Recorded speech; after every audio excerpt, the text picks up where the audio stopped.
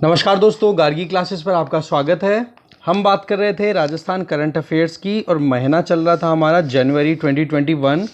दो videos already upload किए जा चुके हैं, आपने देख लिए होंगे वो, और नहीं देखे हैं तो प्लीज़ पहले आप वो देख लो, जिसमें हमने इम्पॉर्टेंट पर्सनैलिटीज़ और इम्पॉर्टेंट प्लेसेस के बारे में हमने बात कर ली थी।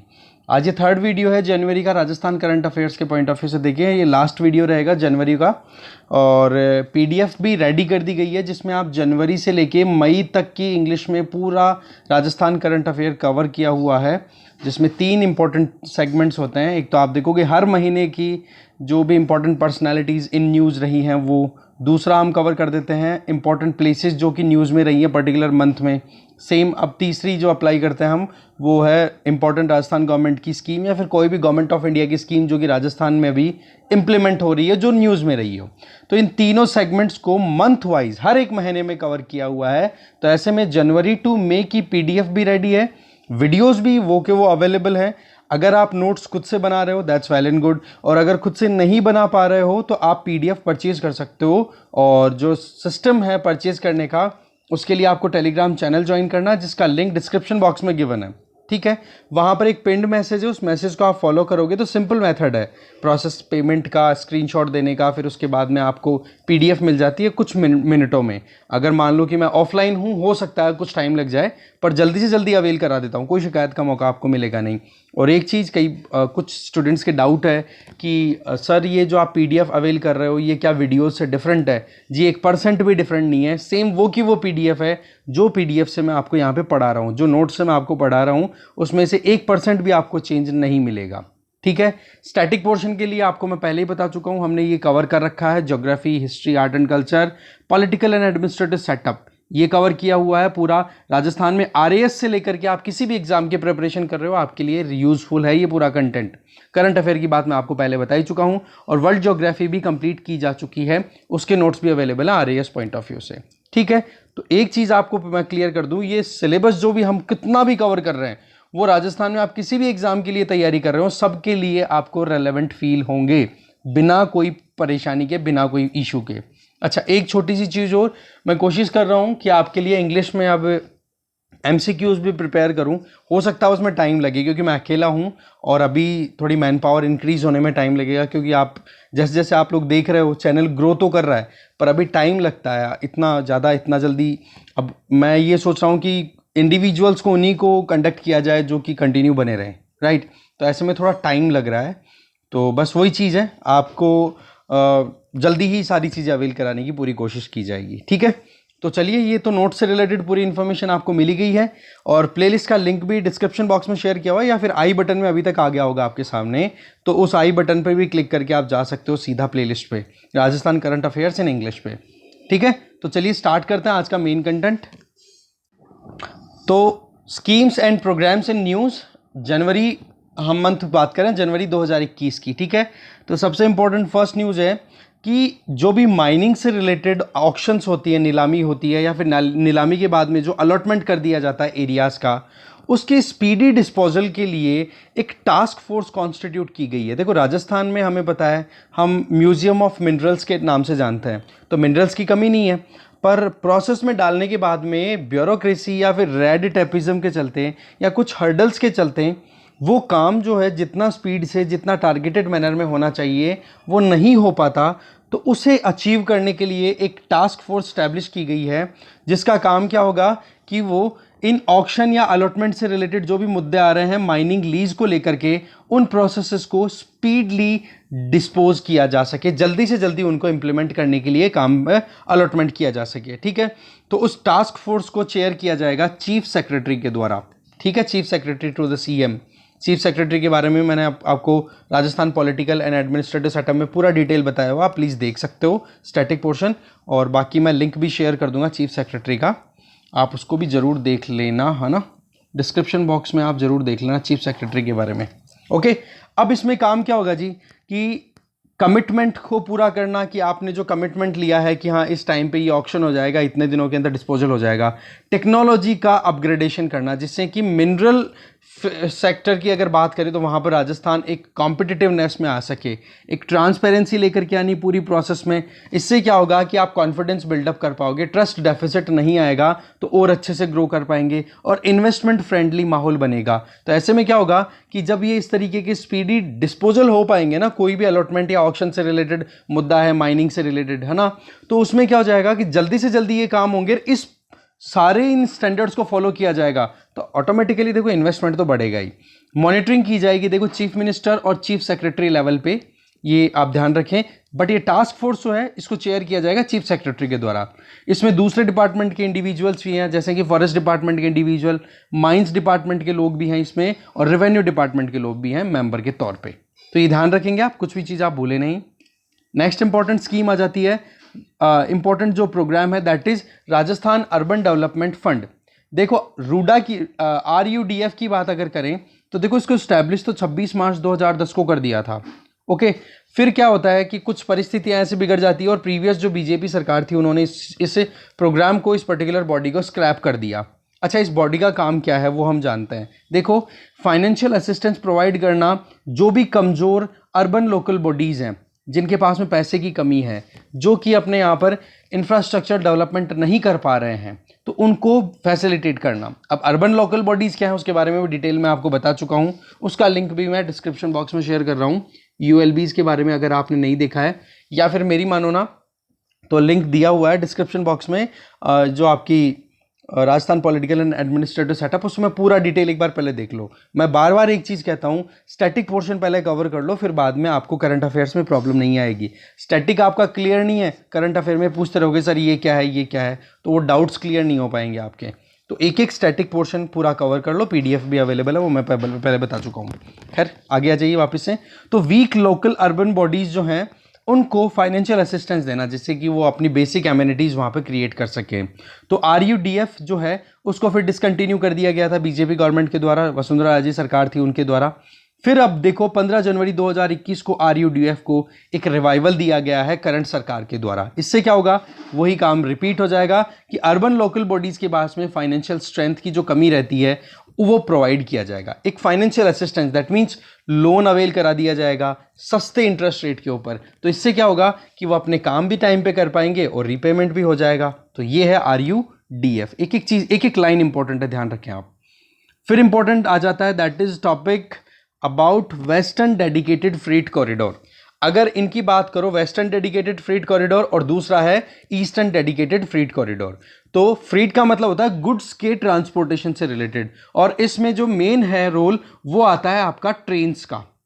ठीक है, गुड्स ट्रेन जो आती है, मालगाड़ियां, उनका रोल है। तो ऐसे में आप इस तरीके के कॉरिडोर डेवलप कर रहे हो, भारत सरकार का ये प्रोजेक्ट है जिसमें आप बिना कोई हर्डल के गुड्स को ट्रांसपोर्ट कर सको। जैसे मुंबई में पोर्ट है, ठीक है, जवाहरलाल नेहरू, ठीक है, पोर्ट, वहाँ से सामान को अनलोड या फिर आप कह सकते हो कि वहाँ से लोड करना एक्सपोर्ट के लिए, वो सारे काम हो सके। और कनेक्टिविटी कहाँ तक आ रही है, नॉर्दर्न इंडिया तक। तो ऐसे में क्या हो जाएगा कि आप कनेक्टिविटी इंश्योर करने में सक्सेसफुल हो रहे हो तो गुड्स के ट्रांसपोर्टेशन में प्रॉब्लम नहीं आती, जिसको हम हॉलिस्टिक वर्ड में अगर देखें, एक वर्ड यूज होता है लॉजिस्टिक फैसिलिटी। तो वो लॉजिस्टिक्स में आप अगर कैपेबल हो जाते हो तो उसका फायदा मिलता है फिर बाद में एक्सपोर्ट प्रमोट करने के अंदर। ओके, तो देखो 7 जनवरी 2021 को प्रधानमंत्री नरेंद्र मोदी जी के द्वारा ये जो वेस्टर्न डेडिकेटेड फ्रीट कॉरिडोर है, इसका एक सेक्टर, इसका एक पार्ट जो कि न्यू रेवाड़ी से न्यू मदार तक है, उस सेक्टर को, उस पर्टिकुलर पार्ट को इनॉग्रेट कर दिया गया है। और न्यू रेवाड़ी से न्यू मदार के बीच की लेंथ है टोटल डिस्टेंस 306 किलोमीटर। तो ऐसे में 79 किलोमीटर्स तो देखो हरियाणा में है इसका पार्ट, जो अभी ये पार्ट इनॉग्रेट किया गया है, और 227 किलोमीटर की लेंथ है वो राजस्थान में स्प्रेडेड है। इसके अलावा अगर वेस्टर्न डेडिकेटेड फ्रीट कॉरिडोर के बारे में और इन्फॉर्मेशन लें तो आगे चलते हैं। वेस्टर्न डेडिकेटेड फ्रीट कॉरिडोर की बात करें तो ओवरऑल पूरा अगर देखें, ये तो एक पार्ट की बात की हमने, न्यू रेवाड़ी से न्यू मदार तक की बीच की, ठीक है। अगर पूरे dedicated freight corridor western side की बात करें तो ये देखो यूपी में दादरी से महाराष्ट्र में मुंबई तक फैला हुआ है। नंबर एक बात, ये दोनों को कनेक्ट करेगा। दूसरा, टोटल लेंथ है 1506 किलोमीटर और टारगेट लिया हुआ है कि दिसंबर 2021 आते आते इसको कंप्लीट कर दिया जाएगा। कौन कौन से स्टेट से पास हो रहा है, देखो यूपी, हरियाणा, राजस्थान, गुजरात और महाराष्ट्र, ये टोटल 5 स्टेट्स हैं जिनके through western dedicated freight corridor पास हो रहा है। इसके अलावा ये जो वेस्टर्न डेडिकेटेड फ्रीट कॉरिडोर है ये ईस्टर्न डेडिकेटेड फ्रीट कॉरिडोर को भी ज्वाइन करेगा। और ईस्टर्न डेडिकेटेड फ्रीट कॉरिडोर की अगर बात करें तो उसकी लेंथ है टोटल 1556 किलोमीटर, जो कि पंजाब के लुधियाना से शुरू होकर के दारकुनी करके जगह है वेस्ट बंगाल में, वहाँ तक जाएगा। और पंजाब, हरियाणा, यूपी, बिहार, झारखंड और वेस्ट बंगाल, इन स्टेट से होता हुआ गुजरेगा। टोटल 6 स्टेट्स हैं। और आप देखोगे वेस्टर्न डेडिकेटेड फ्रीट कॉरिडोर और ईस्टर्न डेडिकेटेड फ्रीट कॉरिडोर की जब कनेक्टिविटी हो जाएगी तो इंडिया में कहीं पर भी आसानी से गुड्स का ट्रांसपोर्टेशन हो पाएगा। इसके अलावा आप देखो कि राजस्थान में ये जो वेस्टर्न डेडिकेटेड फ्रीट कॉरिडोर पास हो रहा है, इसके क्या फ़ायदे हैं। देखो, सॉल्ट इंडस्ट्री है सांभर में, उनको एक्सपोर्ट करने में प्रॉब्लम नहीं आएगी। इसके अलावा मार्बल इंडस्ट्री की बात करें, किशनगढ़ बहुत बड़ी मंडी है, ठीक है, मार्बल की, वहाँ से मार्बल ट्रेड हो पाएगा। सिमिलरली सीकर में श्रीमाधोपुर करके एक तहसील है, वहाँ पर भी कंस्ट्रक्शन स्टोन्स का बहुत बड़ा एक आप कह सकते हो बहुत काम होता है वहाँ पर।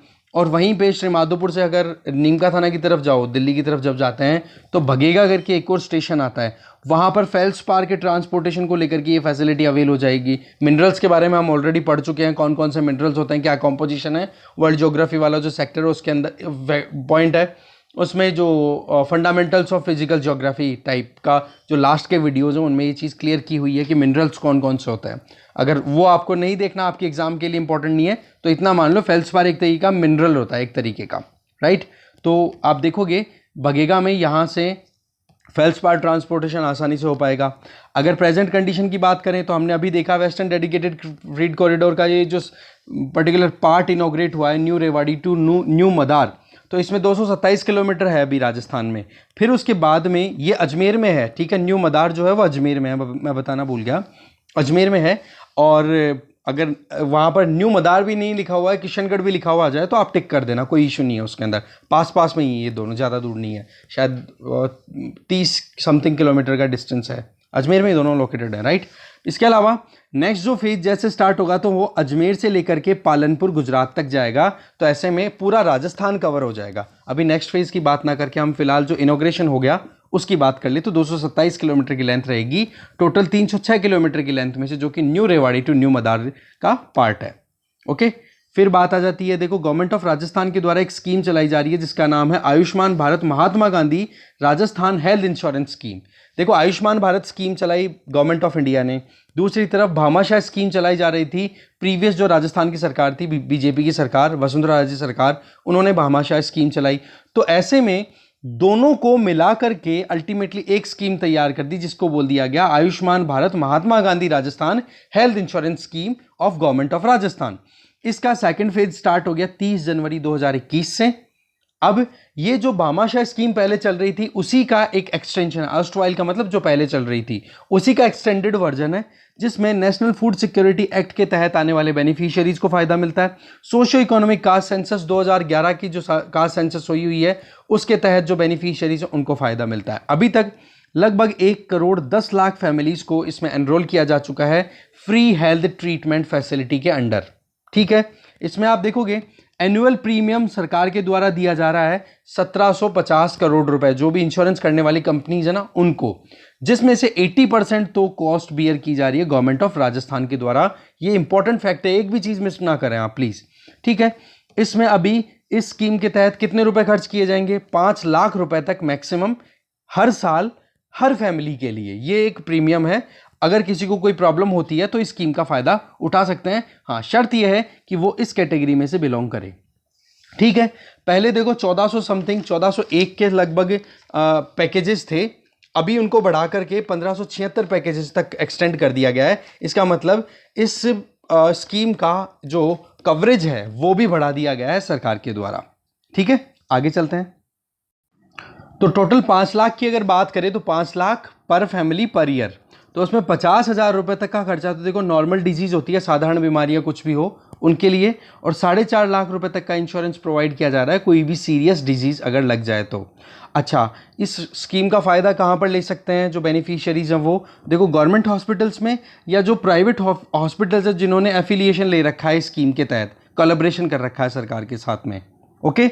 एक्सपेंडिचर कवरेज की बात करें तो कितने दिनों का खर्चा कवर किया जाएगा, तो जब हॉस्पिटल में एडमिट हो कोई भी पेशेंट, उससे पहले 5 दिन से लेकर के डिस्चार्ज होने के 15 दिन बाद तक का खर्चा कवर होगा। और वो मैक्सिमम कितना कवर होगा, 5 लाख रुपए तक। ये बात मैं पहले ही बता चुका हूं आपको। अभी हीमोडायलिसिस और कोविड-19 पेशेंट्स को भी इसमें कवर कर लिया गया है। हीमोडायलिसिस का मतलब किसी की किडनी फेल हो गई हो तो ब्लड को रिफाइन करने के लिए, एक तरीके से फिल्टर करने के लिए हीमोडायलिसिस का प्रोसेस काम में लिया जाता है, जो एक्सटर्नली ब्लड को एक तरीके से प्योर किया जाता है, क्योंकि किडनी क्या है, एक तरीके का फिल्टर ही है। ठीक है, तो वो किडनी फेलियर के चलते फिर बाद में हीमोडायलिसिस दिया जाता है। तो ये एक ये इंपॉर्टेंट इन्फॉर्मेशन और मिल गई आपको।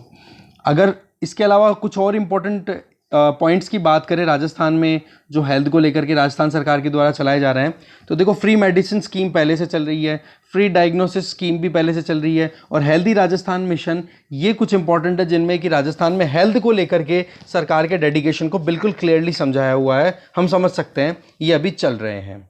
ठीक है, और अगर इस तरीके से आयुष्मान भारत महात्मा गांधी राजस्थान स्वास्थ्य या फिर हेल्थ इंश्योरेंस स्कीम की बात की जाए, तो ऐसे में उसका फ़ायदा उठाने के लिए जो भी फैमिलीज़ हैं उनके पास में जन आधार या फिर आधार कार्ड होना चाहिए, तो जिसके बेसिस पे वो जो भी बेनिफिशियरीज़ हैं, हमने अभी देखा था नेशनल फूड सिक्योरिटी एक्ट के तहत बेनिफिशियरीज, और साथ में दूसरी जो कैटेगरी थी वो थी सोशो इकोनॉमिक कास्ट सेंसस 2011 के तहत जो भी बेनिफिशियरी फैमिलीज हैं उनको रजिस्ट्रेशन के लिए जन आधार या फिर आधार कार्ड का यूज़ करना ज़रूरी है।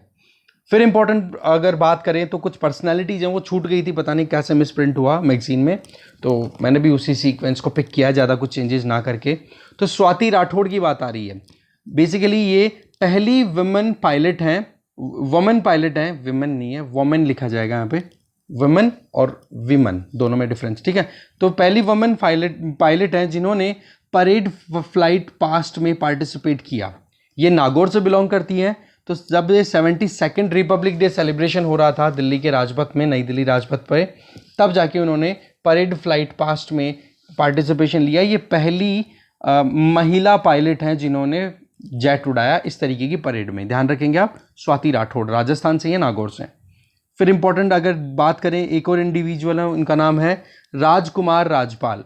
इनको देखो रोड सेफ्टी अवार्ड से भी नवाजा गया है और गुड स्मैरिटन नेशनल अवार्ड भी दिया गया है। बेसिकली ये दोनों अवार्ड जो हैं वो कहीं ना कहीं एक अच्छे सिटीजन की बिहेवियर को देख करके दिया जाता है। ठीक है, तो इन्होंने रोड सेफ्टी के लिए बहुत अच्छे काम किए। तो ऐसे में नितिन गडकरी जो कि ministry of road transportation and highway के मिनिस्टर हैं, यूनियन गवर्नमेंट के अंदर में जो यूनियन मिनिस्ट्री है उसके, और राजनाथ सिंह जी जो अभी करंटली डिफेंस मिनिस्टर हैं, उनके द्वारा ये अवार्ड दिया गया राजकुमार राजपाल को। ये SMS जो सवाई मानसिंह हॉस्पिटल है उससे एसोसिएटेड इंडिविजुअल है। राइट, आगे चलते हैं।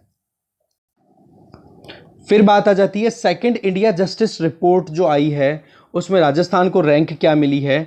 देखो अगर ओवरऑल देखें तो 3 से 4 ऐसी कैटेगरीज है जिनके बेसिस पे रैंक दी जाती है। एक तो जुडिशरी कि किस तरीके से न्यायपालिका काम कर रही है स्टेट में, दूसरा पुलिस डिपार्टमेंट कितना एफिशिएंट है, तीसरा जेल मैनेजमेंट कितना अच्छा है, चौथा लीगल एड जो न्यायिक सहायता दी जाती है किसी को भी केस लड़ने में। तो ये 4 मेन पिलर्स हैं, इनके बेसिस पे इंडिया जस्टिस रिपोर्ट में स्टेट्स को उनके एफर्ट्स के बेसिस पे रैंकिंग दी जाती है कि उन्होंने हर एक इंसान की को न्याय मिले उसके लिए कितनी कोशिशें की। और इनके लिए ये देखो क्रिमिनल जस्टिस सिस्टम में ये 4 चीज़ें ही आती हैं। तो ऐसे में जिस भी स्टेट में अच्छा परफॉर्मेंस किया है, जिस भी स्टेट ने, उनको फ़ायदा मिलता है, उनको रैंकिंग अच्छी मिलती है। तो देखो राजस्थान को 10वीं रैंक मिली है अभी जो सेकंड इंडिया जस्टिस रिपोर्ट आई है। प्रीवियस जो रिपोर्ट आई थी उसके अंदर 14वीं रैंक थी। इसका मतलब राजस्थान ने अच्छा परफॉर्म किया है। इसमें एक तो जेल मैनेजमेंट में अच्छा परफॉर्म किया, जेल मैनेजमेंट की कैटेगरी में राजस्थान फर्स्ट रैंक कर रहा है।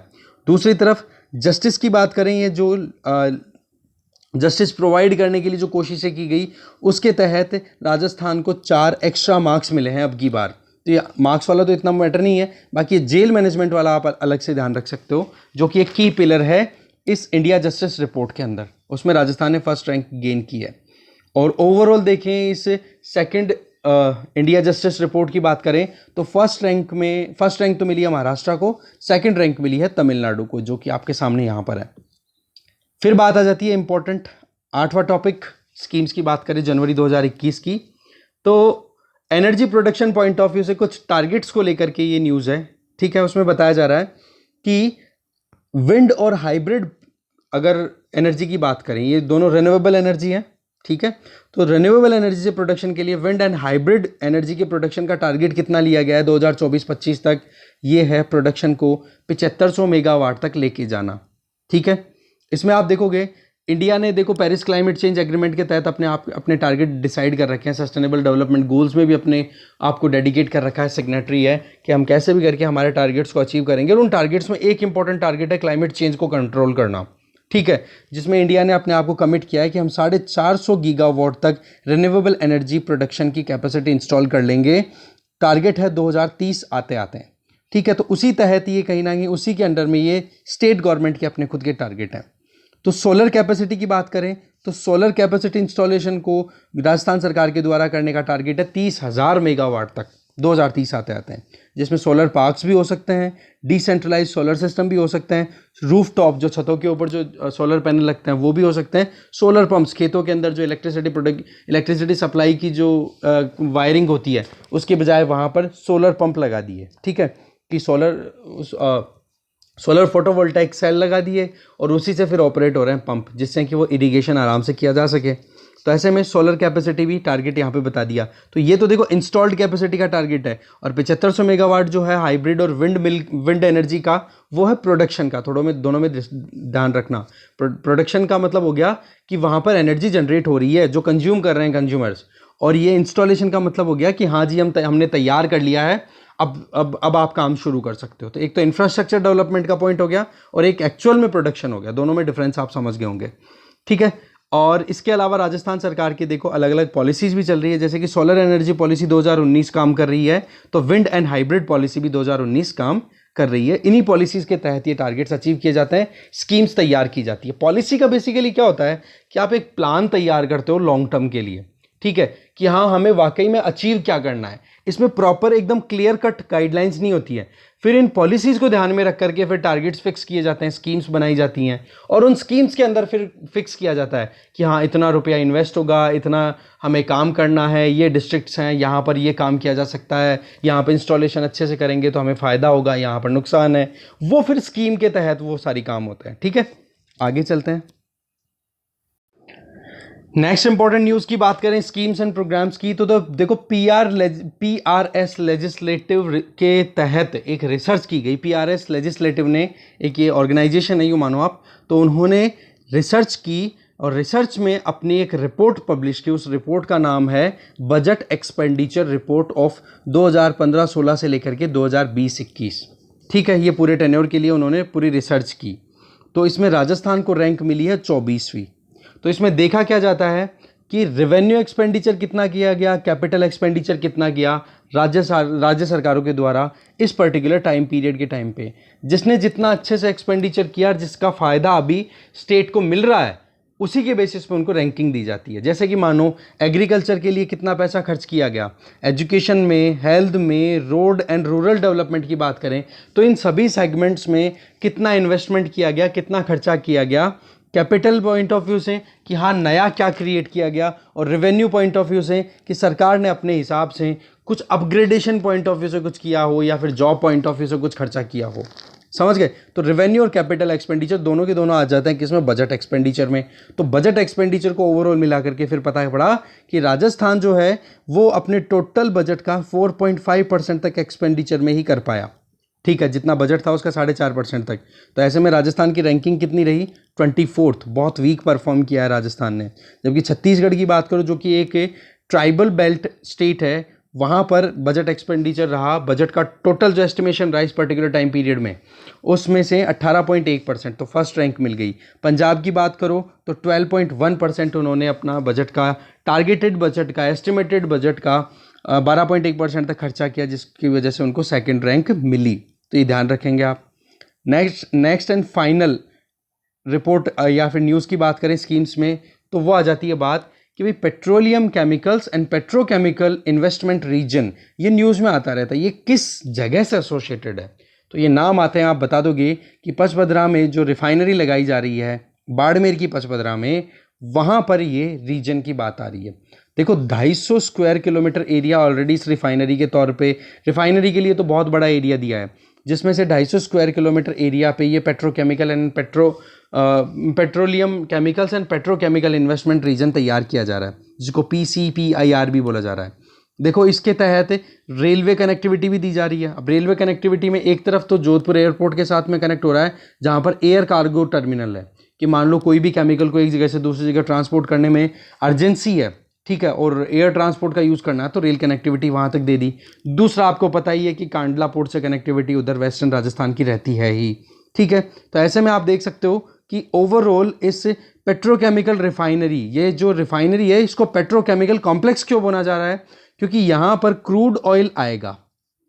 क्रूड ऑयल से डीजल, पेट्रोल, गैसोलीन तो खैर पेट्रोल होगा, डीजल पेट्रोल केरोसिन ये निकाल लिए, फिर या फिर जो पेट्रोलियम जेली है जिसको हम वेस्लीन ब्रांड से भी जानते हैं, वो पेट्रोलियम जेली निकाल दी। फिर बचे हुए जो प्रोडक्ट हैं या फिर बाई प्रोडक्ट्स हैं, उन प्रोडक्ट्स को यूज़ करना, क्योंकि वो फेंकने के काम नहीं आते हैं, जिससे केमिकल बन सकता है, फर्टिलाइजर्स बनाए जा सकते हैं। ओके, तो ऐसे में क्या हो गया कि उस रिफाइनरी के साथ में ही एक इंटीग्रेटेड इंडस्ट्रियल जोन डेवलप किया जा रहा है, जिससे कि उन बाई प्रोडक्ट्स का यूज़ किया जा सके, ठीक है। और इसमें अभी तक जो एरियाज फाइनलाइज हुए हैं उनका नाम है बोरावास और थोब। ये 2 एरियाज है जिनको फाइनलाइज किया गया है कि ये जो राजस्थान में हम रिफाइनरी की बात करें उसके साथ में बाई प्रोडक्ट्स को यूज़ करने के लिए इस इंटीग्रेटेड इंडस्ट्रियल जोन के तहत।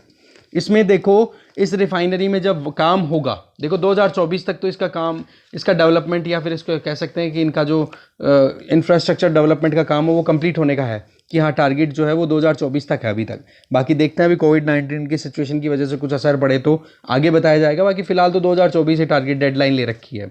इसमें आप देखो कि 129 तरीके के तो बाई प्रोडक्ट होंगे, 500 से ज़्यादा कंपनियां यहाँ पर काम करेंगी अलग अलग सेक्टर्स में, 500 टाइप्स की हो गई हैं ये, ठीक है। और 3 लाख से ज़्यादा बोले जॉब्स क्रिएट होंगी। देखो जॉब्स का तो पता नहीं कितनी क्रिएट होगी, बाकी फिलहाल ये कंपनियां तो खैर काम करेंगी ही। और 129 टाइप्स के बाई प्रोडक्ट्स होंगे, तो उन 129 बाई प्रोडक्ट्स को ही यूज़ करना है इन 500 कंपनियों के द्वारा इस इंटीग्रेटेड इंडस्ट्रियल जोन में, ठीक है। टारगेट आपको मैंने बता ही दिया। और इसकी बात करें पचपदरा में जो रिफाइनरी लग रही है, इस रिफाइनरी में HPCL और गवर्नमेंट ऑफ राजस्थान का शेयर है। गवर्नमेंट ऑफ राजस्थान 74 शेयर रख रही है, तो HPCL 26%। और एस्टिमेटेड कॉस्ट कितना है पूरा, देखो लगाने में भी इतना ही कॉस्ट है, तो शेयर में भी जो हिस्सेदारी होगी ना फायदे का, उसमें भी इतनी हिस्सेदारी रहेगी। तो एस्टिमेटेड कॉस्ट है 43,129 करोड़ रुपए तक, ठीक है। तो ये कुछ चीज़ें रिवाइज होगी। बाकी देखो PDF के लिए आप टेलीग्राम चैनल ज्वाइन कर लो, ये कंप्लीट हो गया है राजस्थान का। बाकी धीरे धीरे आपको जो भी चीज़ें मुझे अवेल कराने का रहेगा मैं अवेल आपको कराता रहूँगा। तो ऐसे में जनवरी से लेके मई मंथ तक का पूरा राजस्थान करंट अफेयर कंप्लीट है। अब आपके लिए जो जून जुलाई जो नेक्स्ट मंथ्स हैं उनके लिए जैसे ही बाई मंथली मैगजीन के ऊपर डिपेंडेंट हूँ मैं, ठीक है। तो अब उसके अंदर आप देख लो अगस्त में आपको ये आने वाले 2 महीनों के कंटेंट मिलेंगे, ठीक है ना। तो अभी तक हमने बात की वो आपके सामने है सारी, PDF आप ले सकते हो जनवरी टू मई 2021। ओके, कोई डाउट हो कमेंट कर सकते हो, ठीक है। Thank you.